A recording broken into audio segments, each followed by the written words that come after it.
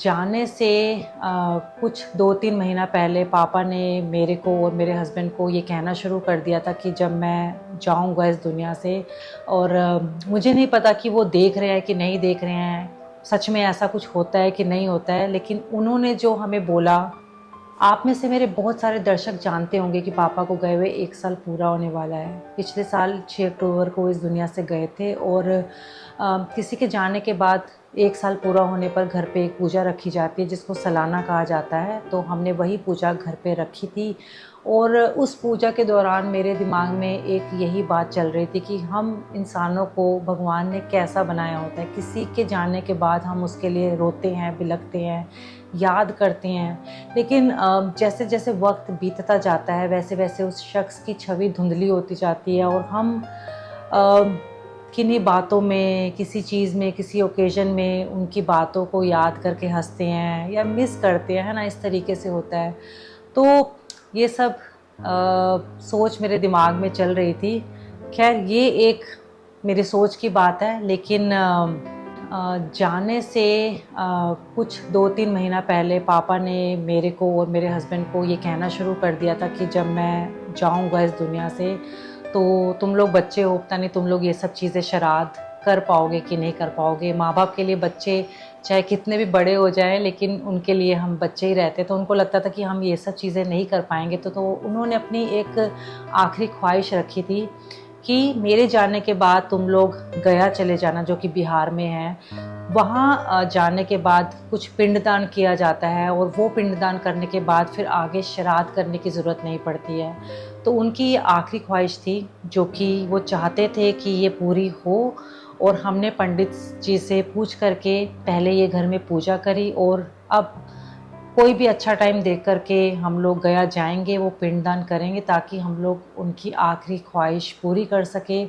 और मुझे नहीं पता कि वो देख रहे हैं कि नहीं देख रहे हैं, सच में ऐसा कुछ होता है कि नहीं होता है। लेकिन उन्होंने जो हमें बोला उसकी बात की अहमियत समझते हुए और उस बात का मान रखते हुए हम ये चीज़ करने वाले हैं, जिसका कि प्रोसेस हमने पूजा से शुरू कर दिया है। तो उस पूजा में हमने जो है पापा के पसंद की चीज़ें बनाई थी। वही चीज़ें मैं आप लोगों को आज इस वीडियो में दिखाने वाली हूँ। तो चलिए स्टार्ट करते हैं आज का वीडियो।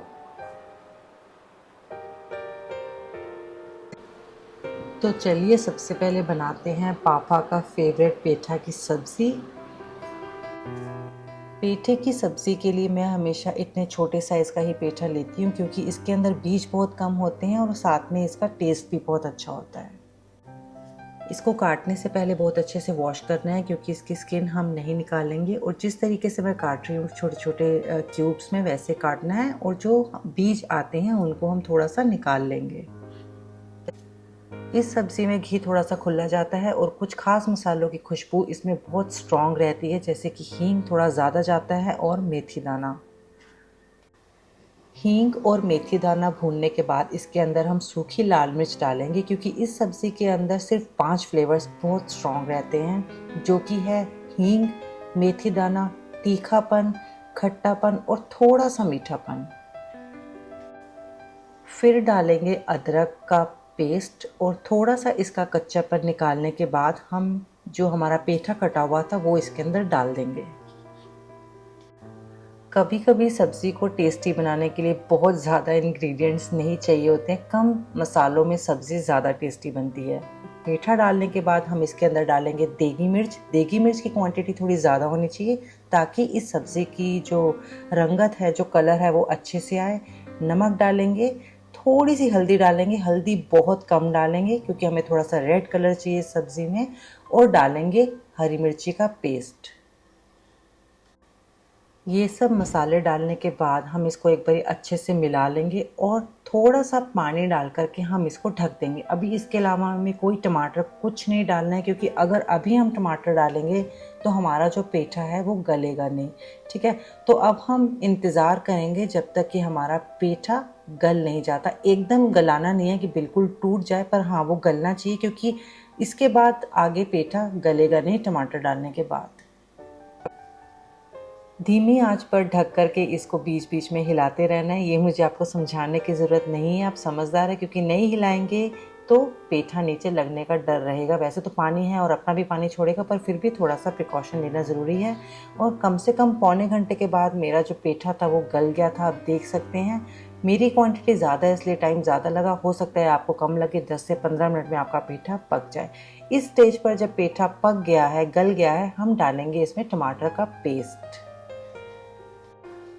और फिर इसको धीमी आंच पर ही सिर्फ 5 मिनट के लिए मैंने ढका था, ताकि थोड़ा सा जो टमाटर है वो सब्ज़ी के अंदर अच्छे से मिल जाए। और फिर 5 मिनट के बाद ढक्कन हटा करके इसके अंदर मैंने डाला है चीनी और आमचूर पाउडर। ये बहुत ज़रूरी है, चीनी डालना बहुत ज़रूरी है, क्योंकि इसके अंदर तीखापन हमने काफ़ी डाला है, हरी मिर्च का पेस्ट, देगी मिर्च और सूखी लाल मिर्च, तो इसलिए उसको कॉम्प्लीमेंट करने के लिए मीठा बहुत ज़रूरी है। जो भंडारों में सब्ज़ी बनती है उसमें भी आप देखेंगे कि हींग, मेथी दाना और ये जो है खट्टापन और मीठापन, सारे इसके अंदर फ्लेवर्स आते हैं।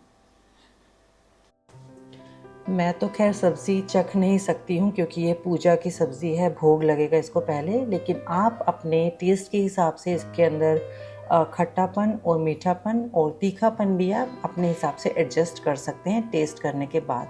अब हमको इसको हाई फ्लेम पर सिर्फ भूनना है, तब तक भूनना है जब तक कि सारा पानी ख़त्म नहीं हो जाता, सब्ज़ी की एक रंगत नहीं आ जाती, तेल नहीं छोड़ देती सब्ज़ी तब तक, ठीक है।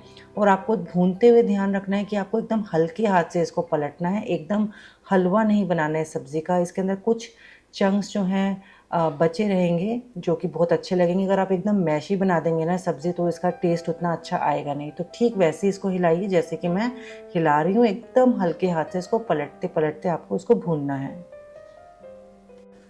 लास्ट में इसको हरा धनिया से गार्निश कर देंगे और ये बन गई हमारी पेठे की टेस्टी सब्ज़ी। अब आती है सफ़ेद छोलों की बारी, और वही रात भर भीगे हुए छोलों को मैंने तेज़पत्ता, दालचीनी, मोटी इलायची और नमक के साथ अच्छे से उबाल लिया था। और तड़के के लिए मैंने एक बहुत ख़ास इंग्रेडिएंट का इस्तेमाल किया है। सबसे पहले वो है पत्थर के फूल, बहुत आसानी से ये मार्केट में मिलते हैं, और ये डालने से आपके छोलों का स्वाद ना एकदम 4 गुना या 10 गुना मैं कहूँगी कि बढ़ जाएगा। फिर कढ़ाई में मैंने जीरा डालने के बाद ये पत्थर के फूल डाले, थोड़ा सा इसको भूना, क्योंकि पत्थर के फूल का फ्लेवर थोड़ा सा भूनने से अच्छा आता है। फिर डाला अदरक का पेस्ट, हरी मिर्च का पेस्ट, और इसको अच्छे से भूना ताकि कच्चापन निकल जाए अदरक का। फिर डाला मैंने टमाटर का पेस्ट। टमाटर डालने के बाद मैंने डाला इसके अंदर काला नमक, भुना जीरा, सूखा धनिया पाउडर थोड़ा ज़्यादा, देगी मिर्च थोड़ी कम, क्योंकि रेड कलर हमको बहुत ज़्यादा इसके अंदर नहीं चाहिए। फिर डाली हल्दी और मसालों को भूना जब तक कि मसालों ने तेल नहीं छोड़ दिया। और फिर डाला मैंने सारा छोले और उसका पानी साथ में, और एक उबाला आने के बाद इसको कम से कम आधा पौना घंटा मैंने काढ़ा और बीच बीच में इसके छोले मैश किए। और फिर गाढ़ा होने के बाद मैंने इस कंसिस्टेंसी पर गैस बंद कर दी थी, क्योंकि बहुत ज़्यादा गाढ़े अभी हो जाएंगे ये रखे रखे भी। और पूरी के साथ ना तो बहुत पतले छोले अच्छे लगते हैं, ना बहुत गाढ़े। और ये हमारे छोले की सब्ज़ी बनकर के तैयार है।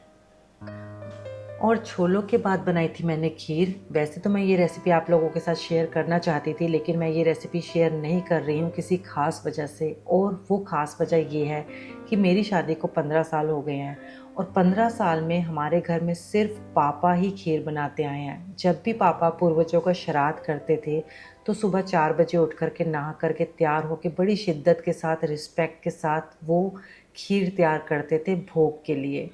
और उनके जैसी खीर मुझे लगता नहीं है कि मैंने खाई है, या मैं वो खीर उनके जैसी बना सकती हूँ। इसीलिए उस दिन मैं उनको बहुत ज़्यादा मिस कर रही थी। पूजा जब ख़त्म हो गई थी तो मैं और मेरे हस्बैंड यही डिस्कस कर रहे थे कि उनके जैसी खीर कोई नहीं बना सकता है। और इस चीज़ में मुझे लगता है कि मैं उनकी जगह नहीं ले सकती हूँ, क्योंकि खीर और पूरी का काम हमारे घर में सिर्फ पापा करते थे, और मैं हमेशा छोले और पेठा बनाती थी। तो हमारे घर में कुछ ख़ास चीज़ों के लिए, कुछ ख़ास वजहों के लिए हमेशा ये जगह खाली रहेगी। इसको मुझे लगता नहीं है कि आगे कोई भर सकता है। खैर, उनके जाने के बाद हम सबकी ज़िंदगियों में जो खालीपन रह गया है वो कोई और तो नहीं भर सकता है। और उनके जाने के बाद मैंने ये रियलाइज़ किया कि जब हमारे बड़े बुज़ुर्ग या हमारे अपने हमारे साथ होते हैं तो हमें उनकी अहमियत नहीं पता चलती है, लेकिन जाने के बाद पता चलता है कि क्या चीज़ वो अपने साथ ले गए हैं। और उनके जाने के बाद मेरी कोशिश यही रहती है कि मैं अपने लोगों के साथ ज़्यादा से ज़्यादा अच्छा वक्त बिता सकूं, बातें कर सकूं, अच्छी बातें कर सकूं, ताकि कल को जब वो शख्स ना हो तो मेरे दिल में ये मलाल ना रहे कि काश अगर वो होते या होती तो मैं ये उनको बोल पाती, ये मैं उनके लिए कर पाती। तो आज का वीडियो यहीं पर ख़त्म होता है और उम्मीद करती हूँ कि आपको वीडियो अच्छा लगा होगा और जो मैंने लास्ट में आपको मैसेज दिया है आप उस मैसेज को सीरियसली लेंगे।